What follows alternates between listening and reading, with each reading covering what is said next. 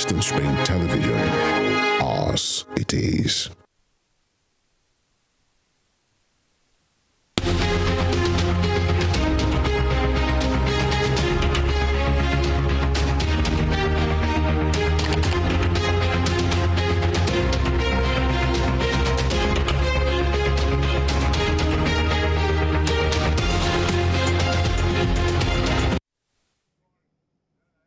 Good evening and welcome to Spring Global on Western Spring Television. Now the headlines. 2 Baptist members abducted while delivering ransom to secure freedom of 2 farmers have been released. President Vladimir Putin convened Security Council to discuss Russia's special military operation in Ukraine. At least 8 people are reportedly injured after a bomb blast derailed a passenger train in Pakistan. My name is Tunde Ido. We begin from Osun State here. Kidnappers have released 2 Baptist church members who were abducted on Monday while delivering ransom to secure the freedom of 2 farmers who were earlier kidnapped in Oke-Osun area, Iliogbo, Osun State. Their release was confirmed to Rave FM News by the Osun State Police Public Relations Officer, Yemisi Opalola. This comes days after the 2 farmers, Samuel Oladotun and Fashola Tobiloba, were freed after 6 million naira was paid to their abductors as ransom. It is unclear if any money was paid for the freedom of the 2 Baptist church members. The hoodlums had earlier made a fresh demand of 24 million naira for their release. Pioneer Director General and Field Commander of Osun Amotekun Corps, Comrade Amitolu Shitu, has resigned. A statement issued today by the Corps spokesperson Yusuf Ido said Comrade Shitu tendered his resignation letter at the office of the Secretary to the state government. He appreciated former governor of the state, Adegboyega Oyetola, for the opportunity given to him to serve the state, while thanking the DSS, the Nigeria Police, DCP Segun Olusegun of Criminal Investigation Department, journalists and Corps members for their support. In his resignation letter, Comrade Shitu said he served Osun State courageously, impartially, and diligently. He said this is despite operational challenges thrown up by those he referred to as the enemy within the top hierarchy of the Corps due to military intrigues, vainglory, and egoism. Comrade Shitu appreciated the men and women of the Corps, referring to them as the heartbeat of the Amotekun operations. Meanwhile, residents of Osun State, including civil society organizations, have been reacting to this morning's resignation of the field commander of Osun State Security Network Agency, Amotekun Corps, Comrade Amitolu Shitu. Comrade Shitu, who was appointed by the former governor of Osun State, Adegboyega Oyetola, in April 2020, tendered his resignation to the secretary to the state government. In an interview today, one of the conveners of Osun Mastermind, Ayo Ologun, hailed the former Amotekun Corps field commander for his impact, noting that he was forced out due to envy, and added that the Corps should not be used for political purposes. On their part, some residents like Oluwafemi Adebiyi and Kayode Bodunde believes Comrade Shitu worked diligently in the state, saying he coordinated the Amotekun Corps in Osun State very well. And news outside Nigeria, 2 suspected attacks have killed at least 18 people, including 16 vigilantes supporting the army in Burkina Faso. According to security sources, yesterday's attack in the north and northwest of the country were the latest to hit a civilian auxiliary force that supports the military in the 7-year fight against rebels. A volunteer for the defense of the fatherland, VDP official, said the first attack targeted an advanced party of VDP in Rokotenga, a town in the northern province of Bam. The VDP official further disclosed that the second attack killed about 10 vigilantes and a person in Nayala province in the northwest when a convoy of the VDP and military personnel was ambushed on the Siena-Saran road.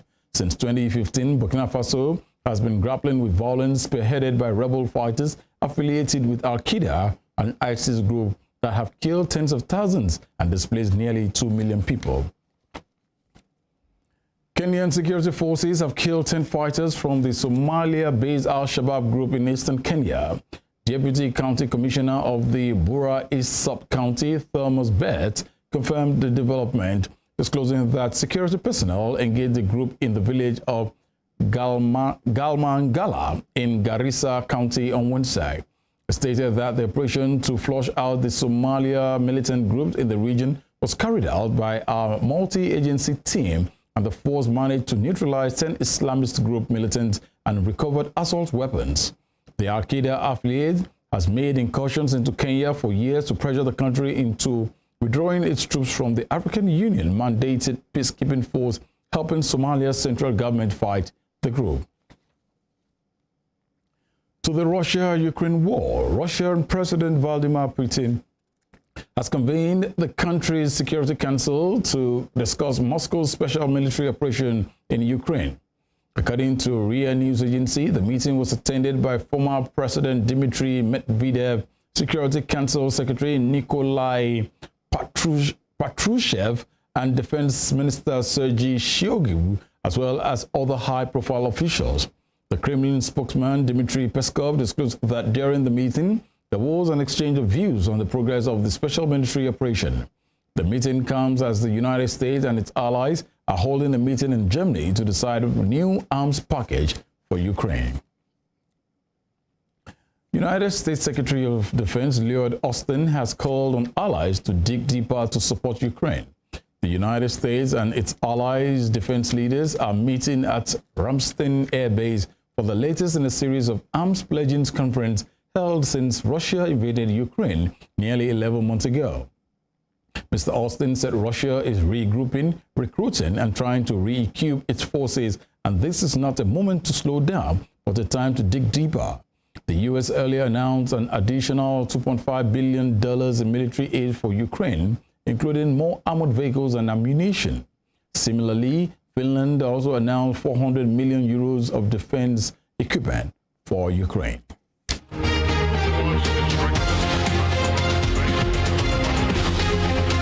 He thought that Ukraine would just collapse, and he thought that the world would just look away. But Putin didn't count on the courage of the Ukrainian people, and he didn't count on the skill of the Ukrainian military, and he didn't count on you, on everyone on screen and around this table. But we need to keep up our momentum and our resolve, and we need to dig even deeper.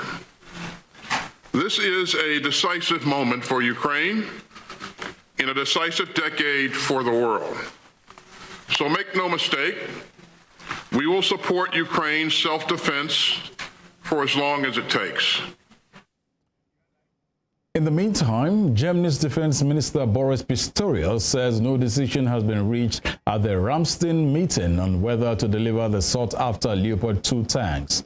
Mr. Pistorius said this during the U.S.-hosted conference in Germany today, noting that no decision was taken on whether to send the Leopard tank to Ukraine or not. He stated that there are good reasons for the deliveries and there are good reasons against, and in view of the entire situation of the war, all pros and cons must be weighed very carefully. We don't fear anything. We have just a responsibility for our population in Germany and in Europe. And we have to balance all the pros and cons before we decide things like that, just like that. This is nothing else. And I'm very sure that there will be a decision in the short term, but I don't know why, and I don't know how the decision will look. Russia and China will conduct naval drills in the Indian Ocean off the coast of South Africa next month. The South African Armed Forces said they will engage in a multinational maritime exercise from February 17th to 27th near Durban and Richards Bay. The announcement comes days before Russian Foreign Minister Sergei Lavrov is due to visit South Africa and hold talks with his counterpart Nedeli Pandor.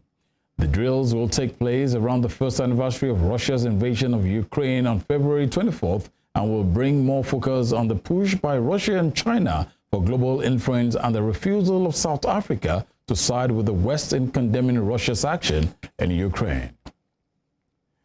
And in Europe, Irish Prime Minister Leo Varadkar has said he regrets the protocol being imposed on Northern Ireland without the support of unionists and nationalists.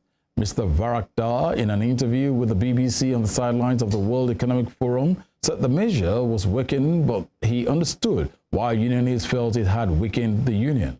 The protocol, which keeps Northern Ireland aligned with some EU trade rules post-Brexit, has been a source of tension since it was enacted in 2021, with unionist parties arguing that it undermines Northern Ireland's place in the UK. I wouldn't say that, but I do have regrets, and the regret that I have is that in the same way Brexit was imposed on Northern Ireland without the support of both communities, the protocol was imposed on Northern Ireland without the support of two communities, and that wasn't possible at the time for various reasons, in part because the executive was not functioning, so there's no one to speak for Northern Ireland, but that has created difficulties. Economically, broadly speaking, the protocol is working. There's no hard border between North and South. The single market's integrity has been protected. The Northern Ireland economy is outperforming the UK economy. But I can understand how unionists and unionist politicians feel that the protocol has lessened the links, weakened the union between Northern Ireland and Britain, and also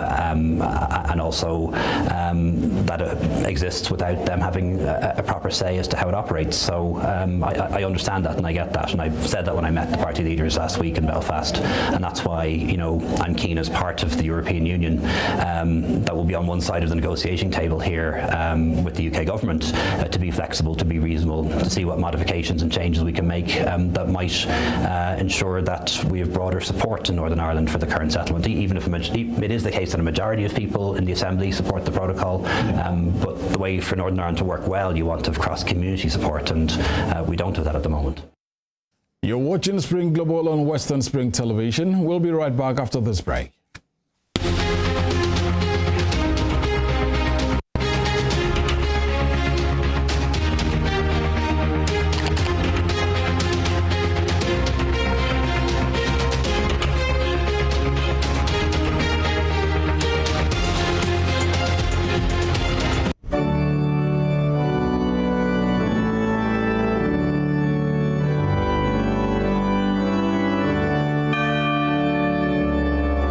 Here are 5 amazing fun facts I bet you never knew about Christianity.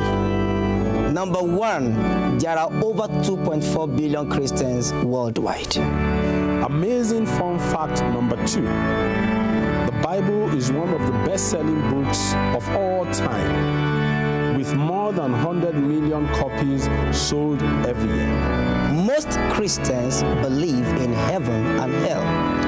The Bible is the most translated book in the world, with more than 3,000 languages. Amazing fun fact number 5. Most Christians throw science out of the window without realizing that most scientists are Christians. Hello, I am Pastor Steve Akinwumi. And I am Dr. Adeoye Oyewole. Join us as we highlight and discuss day-to-day issues pertaining to the day-to-day living of every Christian. Issues in Christendom shows every Sunday on Western Spring Television, channel 190, only on StarTimes.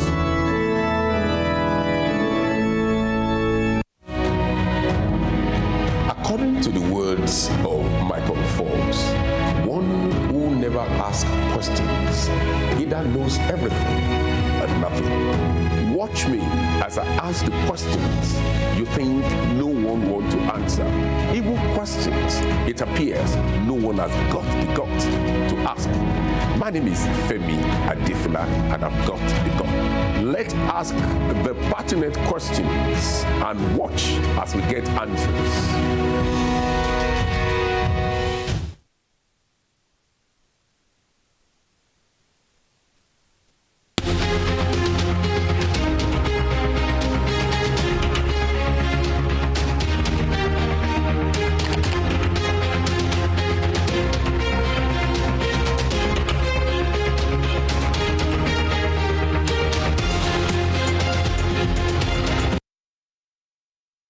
You're welcome back. At least 8 people were reportedly injured after a bomb blast derailed a passenger train in the southwestern Pakistani province of Balochistan.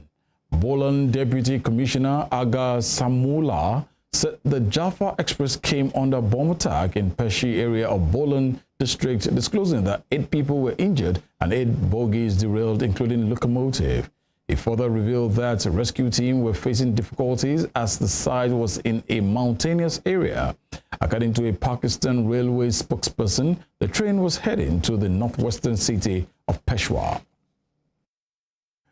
India has said it is committed to boosting investment in its debt-ridden neighbor Sri Lanka to help pull it from its worst economic crisis in 7 decades. India's Foreign Minister Subrahmanyam Jaishankar stated this to newsmen in Colombo, noting that India will encourage greater investment in core areas like energy, tourism, and infrastructure. Sri Lankan Foreign Minister Ali Sabri, in a press conference with his Indian counterpart, said his government will provide a more business-friendly environment to create a powerful pull factor. The island nation, home to 22 million people, has grappled with challenges over the past year, ranging from a shortage of foreign currency to runaway inflation and a steep recession in its worst crisis since independence from Britain in 1948. Sri Lanka is at a decisive moment in discussion with the IMF.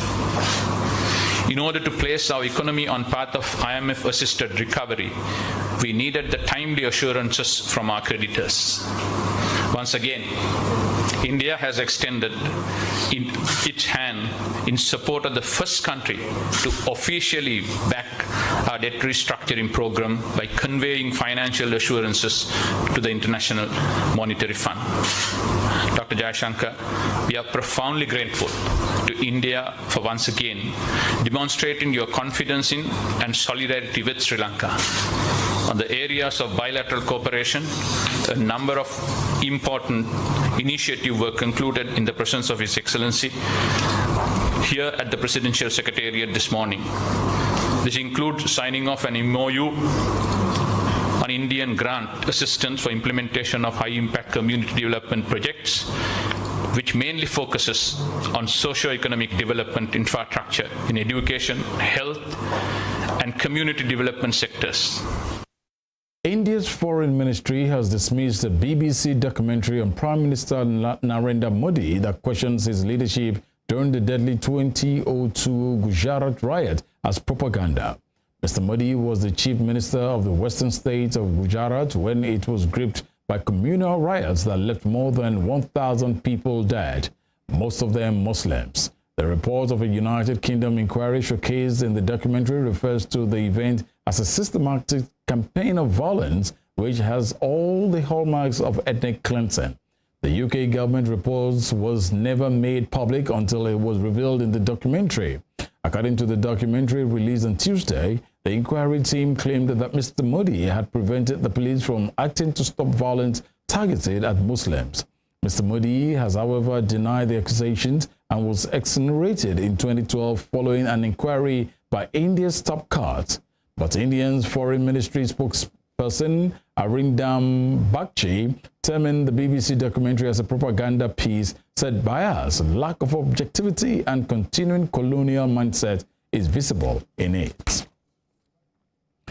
20 people have been confirmed dead and 8 others remain missing following an avalanche in Tibet that buried multiple vehicles in deep snow on a section of road connected to a highway tunnel. Images of Chinese state media showed rescue workers digging with mechanical diggers in deep snow to locate vehicles that were buried when the avalanche hit the highway tunnel connecting the city of Nyenji in Tibet, southwest with outlying Meddok County. According to the state-run news outlets, as of today, 20 people were reported to have died and 8 are still missing, and a further 53 people have been rescued so far since the avalanche, which took place at about 8 p.m. local time on Tuesday. Nyenjis lie at an elevation of about 9,974 feet and is located about 5 hours drive from the regional capital, Lhasa, along a highway opened in 2018.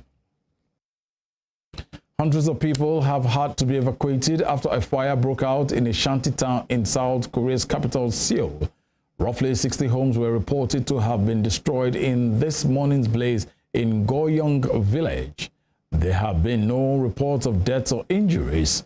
South Korean media has described the area of closely packed makeshift homes as the capital's last remaining slum.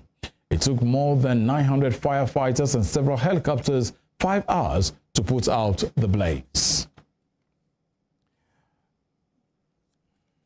Elsewhere, Jacinda Ardern says she has no regrets about her plan to quit as New Zealand leader after a decision that shocked both supporters and critics. A day after revealing she had no more in the tank, Ms. Ardern said she was feeling a range of emotions from sadness to a sense of relief. Polls suggest her party has a difficult path to re-election in October. The Prime Minister said she will not openly back any of the likely candidates to replace her. Speaking today outside an airport in Napier, where the Labour Party caucus had gathered for a retreat, Ms. Ardern said she had slept well for the first time in a long time. She will step down by the 7th of February, and Labour Party lawmakers will hold a leadership vote on Sunday. If no candidate gets the support of 2/3 of the party, the vote will go to the wider Labour membership. Hi. I'll have to admit I slept well for the first time in a long time last night, but yeah, still a range of emotions. I of course feel, sad, but also I do have a sense of relief. I actually feel deeply humbled by the response that I've received. To have those messages of gratitude has been really moving for me and for my family. And my strong message to women in leadership and girls who may be considering leadership in the future, this is a place where a foundation is being laid long before me to make it possible for us to be in these roles in a way that in the past it just wasn't in the same way. You can have a family and be in these roles. You can lead in your own style. Is there more work to do? Yes, but that was not the cause for my departure. Firefighters have been working to put out a raging inferno that broke out in a building near a protest site in Peru's capital, Lima, where police fired tear gas as thousands of protesters poured into the city to demand the removal of President Dina Boluarte.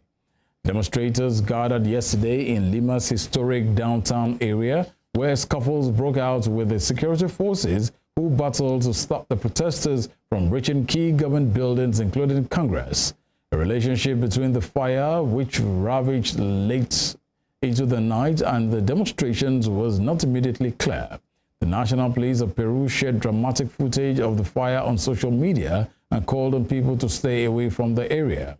Police estimated that about 3,500 people participated in the protest, but others claimed the figure was double the estimate. And in business news, Genesis, one of the biggest cryptocurrency lenders, has filed for bankruptcy in the United States, becoming the latest casualty of the global crypto meltdown. Genesis Global Capital filed for Chapter 11 bankruptcy protection late yesterday in New York, with the court filing estimating the lender's assets and liabilities to both be in the range of $1 billion to $10 billion.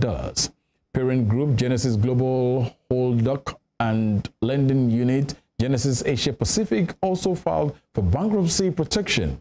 Genesis halted customers' withdrawals in November following the stunning collapse of FTX and had been negotiating with creditors and trying to secure fresh capital since. It was reported that Genesis owner Digital Currency Group, which is backed with investment by SoftBank and Alphabet, had been exploring the sale of assets to pay back more than $3 billion owed to creditors. And in the exciting world of sport, police in Spain have detained Brazilian footballer Dani Alves after his questioning over a sexual assault allegation. According to a spokesman for Catalonia's regional police force, the 39-year-old defender was summoned to a Barcelona police station where he was taken into custody and will appear before a judge later today.